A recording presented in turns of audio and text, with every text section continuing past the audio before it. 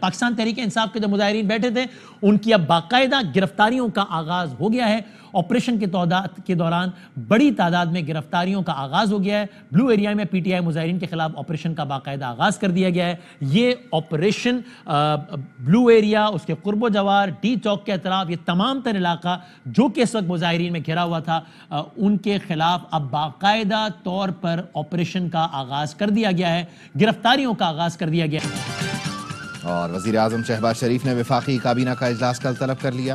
P T I احتجاج کے تناظر میں حکومتی حکمت عملی پر غور ہوگا. ملک کی مجموعی سیاسی امن و امان کی صورتحال کا جائزہ لیا جائے گا. پاکستان خونریزی افراتفری کا متحمل نہیں ہو سکتا. پرتشدد کارروائیاں ناقابل قبول اور انتہائی قابل مذمت ہیں. وزیر اعظم شہباز شریف کی شہید رینجرز اہلکاروں کی نماز جنازہ میں شرکت. کہا پوری قوم رینجرز اور پولیس کے شہداء کو خراج عقیدت پیش کرتی ہے. وزیر اعظم شہباز شریف اور army chief general Asim Munir نے شہداء کے جسد خاکی کو کاندھا دیا. نائب وزیر اعظم اسحاق ڈار، وزیر داخلہ، وزیر اطلاعات اور دیگر حکام بھی نماز جنازہ میں شریک ہوئے. اور وزیر اعظم شہباز شریف کا بیلاروس کے صدر کے اعزاز میں عشائیہ. بیلاروسی وفد اور پاکستانی کابینہ کے ارکان نے شرکت کی. پولیس کو مظاہرین سے نمٹنے کا اختیار مل گیا. ڈی چوک تک پہنچنے والے پی ٹی آئی مظاہرین کے خلاف ٹریک ڈاؤن کی حکمت عملی تیار. ذرائع کے مطابق ڈی چوک کے اطراف سیکٹرز میں قائم تمام مارکیٹس بند کرا دی گئیں. پاک فوج نے ریڈ زون میں پارلیمنٹ ہاؤس سمیت اہم سرکاری عمارتوں کا کنٹرول سنبھال لیا.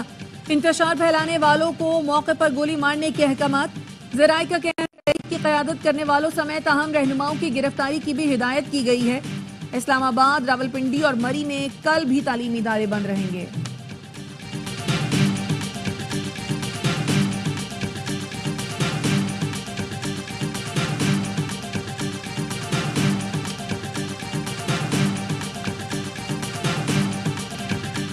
بانی پی ٹی آئی کو فوری رہا نہیں کیا جا سکتا تو انہیں بہتر سہولتیں دی جائیں. بانی پی ٹی آئی کو 36 گھنٹے سے سیل کے اندر رکھا گیا ہے، باہر نہیں نکالا گیا. ہماری ملاقات میں بانی پی ٹی آئی کی بشرا بی بی سے بات چیت نہیں ہوئی. ہمارے ذریعے علی امین گنڈا پور سے بات کی اور تجاویز دی. بیرسٹر سیف کی آف دی ریکارڈ میں گفتگو. کہا حکومت کی جانب سے سنگجانی پر دھرنے کی تجویز آئی تھی. بانی پی ٹی آئی بھی سنگجانی میں احتجاج کے لیے تیار تھے. آج صورتحال تبدیل ہوئی، حکومت سنگجانی سے پیچھے ہٹ گئی. شیل یا کنچے چلا کر کسی کو رہا نہیں کرا سکتے، ریاست کا صبر نہ آزمائیں. وزیر اطلاعات عطا طاہر کا کہنا ہے ریاست کی کوئی کمزوری نہیں، دہشت گردوں اور افغان شہریوں کو ڈھال کے طور پر پیش کیا جا رہا ہے. یہ بی بی آئی ہے لاشیں اور خون لینے، اسی لیے علی امین کو کہتی ہے لیڈ کریں. آپ آئیں، ڈی چوک آئیں، ہم کنٹینر کے آگے کھڑے ہیں، پیچھے نہیں.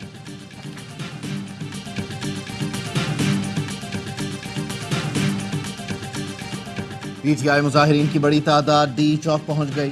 پولیس کی جانب سے آنسو گیس کی شیلنگ، مظاہرین کا راستہ روکنے کی کوشش. وزیر اعلیٰ خیبر پختونخوا علی امین گنڈا پور مظاہرین کی قیادت کر رہے ہیں. قافلہ ڈی چوک کے قریب. علی امین گنڈا پور سے قافلہ آگے نہ بڑھانے پر کارکنان کی تکرار. قافلہ جلد ڈی چوک لے جانے پر اصرار. علی امین گنڈا پور نے کہا بانی پی ٹی آئی کے احکامات تک ہم نے ڈی چوک سے آگے نہیں جانا. بانی پی ٹی آئی نے ہمیشہ پرامن رہنے کا درس دیا. پرامن احتجاج میں غلط لوگ شامل کرائے جائیں گے جو ماحول خراب کر سکتے ہیں. ہمیں پرامن طریقے سے دھرنا کرنے دو. کسی کا باپ بھی ہم پر ظلم کا نظام مسلط نہیں کر سکتا. حقلہ انٹرچینج کے قریب پولیس پر حملے کا مقدمہ تھانہ ٹیکسلا میں درج. بانی پی ٹی آئی، وزیر اعلیٰ کے پی علی امین گنڈا پور اور دیگر نامزد حقلہ انٹرچینج کے قریب ایک اہلکار جاں بحق اور دیگر زخمی ہوئے. مقدمے میں انسداد دہشت گردی سمیت 14 دفعات شامل. ایف آئی آر کے مطابق حملہ آور اسلحے سے لیس تھے. پولیس پر ڈنڈوں اور پتھروں سے حملہ کیا. کانسٹیبل مبشر کو اغوا کیا. حقلہ پل کے نیچے پھینک کر فرار ہوئے. کانسٹیبل مبشر کو اسپتال منتقل کیا گیا لیکن وہ جاں بر نہیں ہو سکے. تھانہ نیو ٹاؤن کے مقدمے میں بانی پی ٹی آئی کا مزید 6 روزہ جسمانی ریمانڈ منظور. انسداد دہشت گردی عدالت کے جج امجد علی شاہ نے 28 ستمبر کے احتجاج سے متعلق مقدمے کی اڈیالہ جیل میں سماعت کی. بانی پی ٹی آئی کو 2 دسمبر کو دوبارہ عدالت میں پیش کرنے کا حکم. بانی پی ٹی آئی کا 5 روزہ جسمانی ریمانڈ آج مکمل ہوا تھا. بیلاروس کے صدر کو بھی پاکستان کی صورتحال پر تشویش. معزز مہمان نے کہا ہمیشہ پاکستان کی صورتحال پر تشویش رہی ہے، تازہ واقعات کا بھی جائزہ لے رہے ہیں۔ بولے وہی ملک سلامت رہیں گے جن کے عوام متحد ہوں گے۔ عالمی طاقتیں پاکستان کی موقف سے خوش نہیں۔ پاکستان اور بیلاروس کے درمیان مضبوط تعلقات ہیں۔ معاہدوں اور مفاہمتی یادداشتوں پر عمل درآمد میں تیزی سے پیش رفت کرنی ہے۔ زراعت اور دفاعی پیداوار کے شعبوں میں تعاون بڑھانا ہوگا۔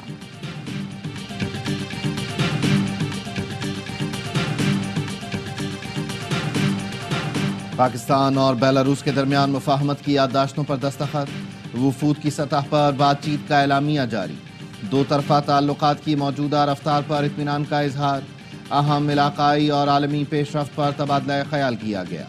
تقریب سے خطاب میں شہباز شریف نے کہا، بیلاروس کے صدر کا پاکستان کے عوام کے لیے اہم سنگ میل ثابت ہوگا۔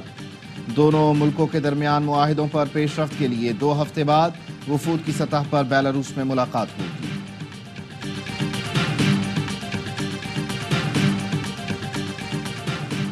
عدلیہ کا کردار انصاف کا دفاع اور دراندازیوں کی فوری مزاحمت کرنا ہے۔ جج کی بہادری کا اندازہ دباؤ اور مداخلت کے خلاف ثابت قدم رہنے سے لگایا جا سکتا ہے۔ جسٹس منصور علی شاہ کا ذوالفقار علی بھٹو ریفرنس میں اضافی نوٹ لکھا، ذوالفقار بھٹو کا مقدمہ سیاسی ٹرائل کی کلاسک مثال ہے۔ سیاسی ٹرائل میں من پسند نتائج کے لیے غیر شفاف طریقے آزمائے جاتے ہیں۔ عموماً سابق اتحادیوں کے ہی بیانات لے کر گواہ بنایا جاتا ہے۔ بھٹو کیس میں تفتیش کی منظوری غیر قانونی طور پر دی گئی۔ بھٹو نے خود کہا تھا صحرا میں پھول نہیں کھل سکتے، آئین کی چھتری تلے ہی عدلیہ آزاد رہ سکتی ہے۔ جسٹس منصور علی شاہ نے لکھا، امرانہ دور میں ججوں کو یاد رکھنا چاہیے، ان کی اصل طاقت عہدے پر فائز رہنا نہیں، آزادی قائم رکھنا ہے۔ جسٹس دوراب پٹیل نے بھٹو کیس میں جرات مندی سے اختلاف کیا۔ بھٹو ریفرنس کا تفصیلی فیصلہ 5 جولائی کو جاری ہوا تھا۔ پاکستان میں موجود سری لنکا نے ٹیم کا واپسی کا فیصلہ، پاکستان شاہینز کے خلاف باقی 2 ون ڈے میچز نہیں کھیلے جائیں گے۔ سری لنکن کرکٹ بورڈ نے اپنی اے ٹیم کو پاکستان سے واپس بلا لیا۔ ذرائع نے بتایا، پی سی بی اور سری لنکن بورڈ نے مشاورت کے بعد دورہ ختم کرنے کا فیصلہ کیا۔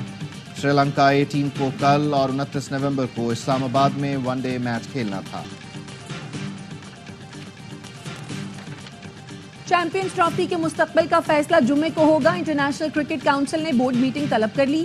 بورڈ میٹنگ کا ایجنڈا تمام بورڈ ارکان کو بھیج دیا گیا۔ ذرائع کا کہنا ہے شیڈیول سمیت مختلف آپشنز پر تبادلہ خیال کیا جائے گا۔ آپشنز میں ہائبرڈ ماڈل، منتقلی اور التوا شامل ہے۔ بھارت ایونٹ کے لیے پاکستان آنے سے انکار کر چکا۔ پاکستان نے ہائبرڈ ماڈل تسلیم نہ کرنے کا اعلان کیا ہے۔ آئی سی سی کو براڈ کاسٹرز کی جانب سے دباؤ کا سامنا ہے۔ زمبابوے میں شاہینوں کا پلٹ کر وار، پاکستان نے دوسرے ون ڈے میں زمبابوے کو 10 وکٹوں سے شکست دے دی۔ گرین شرٹس نے 146 رنز کا ہدف 19ویں اوور میں حاصل کر لیا۔ سائم ایوب کی شاندار بیٹنگ، 113 رنز کی دھواں دار اننگز کھیلی۔ سائم نے پاکستان کی طرف سے تیسری تیز ترین سینچری کا ریکارڈ بھی برابر کر دیا۔ عبداللہ شفیق 32 رنز پر ناٹ آؤٹ رہے۔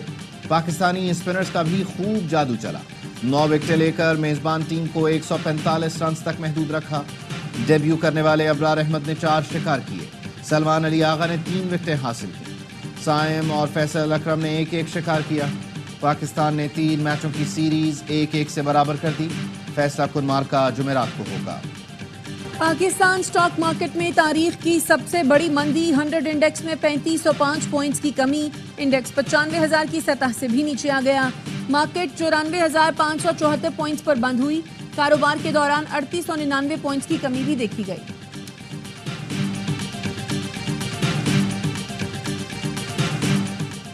جماعت اسلامی نے پاناما اسکینڈل کے معاملے پر نیب سے رجوع کرنے کی حامی بھر لی۔ سپریم کورٹ کے آئینی بینچ نے پاناما اسکینڈل سے متعلق درخواست نمٹا دی۔ جسٹس مسرت ہلالی نے ریمارکس دیے، پاناما اسکینڈل کے بعد مخصوص کیس میں JIT بنائی گئی، باقی مقدمات کہاں گئے معلوم نہیں۔ نئی ترامیم کے مطابق نیب ہی معاملے کو دیکھ سکتا ہے۔ جسٹس جمال خان مندوخیل نے کہا، نیب سے داد رسی نہ ہو تو سپریم کورٹ کے بجائے ہائی کورٹ جائیے گا۔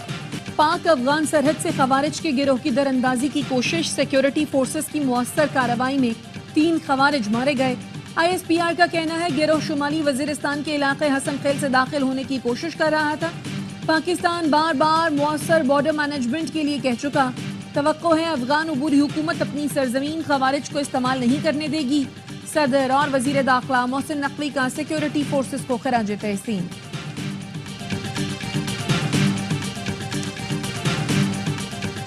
ملک کے بالائی علاقوں میں سردی نے پنجے گاڑ لیے. اسکردو میں درجہ حرارت -5 تک گر گیا. استور اور گوپس میں -4, گلگت اور کالام میں -2 ڈگری سینٹی گریڈ ریکارڈ.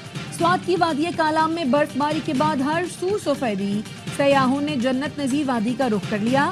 ٹھنڈے ٹھار موسم کا لطف اٹھایا. حزب اللہ اور اسرائیل میں جنگ بندی معاہدے پر اتفاق کے باوجود اسرائیلی طیاروں کی بیروت پر بمباری. 24 گھنٹے میں 31 افراد شہید ہوئے. لبنان میں جنگ بندی معاہدے کی منظوری کے لیے آج اسرائیلی کابینہ کا اجلاس ہوا. جنگ بندی کے امکان پر خام تیل کی قیمتوں میں بڑی کمی. برنٹ خام تیل کی قیمت 2.5% کم ہو کر $73.2 فی بیرل پر آ گئی. امریکی WT خام تیل کی قیمت 2.6% کم ہو کر $69.2 فی بیرل ہو گئی.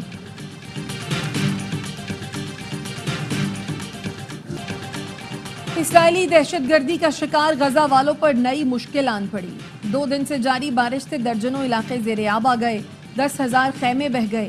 خان یونس، دیر البلا اور رفح میں سیلاب سے 4.5 لاکھ افراد متاثر.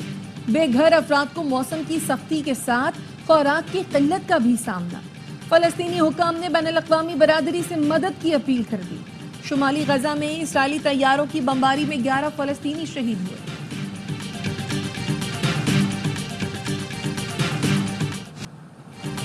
ڈونلڈ ٹرمپ کو صدر منتخب ہونے کے بعد پہلا بڑا ریلیف مل گیا. 2020 کے الیکشن میں مداخلت کا کیس ختم. عدالت نے اسپیشل کونسل کی درخواست قبول کرتے ہوئے انتخابی بغاوت کا مقدمہ خارج کر دیا. پروسیکیوٹر نے خفیہ دستاویزات کا مقدمہ بھی خارج کرنے کی اپیل کی. کہا آئین کا تقاضا ہے صدر پر غیر ضروری طور پر کوئی بوجھ نہیں ہونا چاہیے. ڈونلڈ ٹرمپ نے میکسیکو اور کینیڈا سے درآمدات پر 25%، چین سے آنے والی اشیاء پر 35% ٹیکس لگانے کا اعلان کر دیا. کہا 20 جنوری کو دستخط کر دوں گا.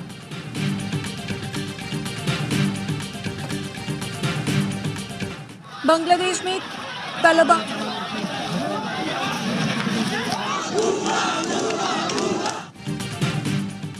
میں طلبہ گروپوں میں خونی تصادم. ڈھاکہ کی سڑکیں پھر میدان جنگ بن گئی. طلبہ کا ایک دوسرے پر ڈنڈوں سے تشدد. حکام نے بتایا 3 کالج کے طلبہ تنظیموں میں جھڑپیں ہوئیں. ڈاکٹر محبوب الرحمان ملا کالج کی انتظامیہ نے اپنے 3 طلبہ کی ہلاکت کا دعویٰ کر دیا. پرتشدد واقعات میں 100 سے زیادہ طلبہ زخمی ہیں. کشیدگی کے باعث پولیس کی بھاری نفری تعینات کر دی گئی. اور کراچی چڑیا گھر کی ہتھنی مدھوبالا سفاری پارک منتقل. ہتھنی کو کنٹینر میں سفاری پارک لایا گیا. خصوصی انکلوژر اور سوئمنگ پول بنایا گیا ہے. سفاری پارک میں مدھوبالا کی بہنیں سونیا اور ملائکہ پہلے سے موجود. میئر کراچی کا کہنا ہے مدھوبالا کو سفاری پارک منتقل کرنے کا سہرا فورٹ پاس کو جاتا ہے. بلائنڈ T20 ورلڈ کپ کے گروپ میچز جاری. پاکستان ٹیم کو 8 وکٹوں سے شکست دے دی. پاکستان بلائنڈ ٹیم نے 146 رنز کا ہدف 13ویں اوور میں پورا کیا. محمد صفدر نے 42 اور نعمت اللہ نے 34 رنز کی اننگ کھیلی.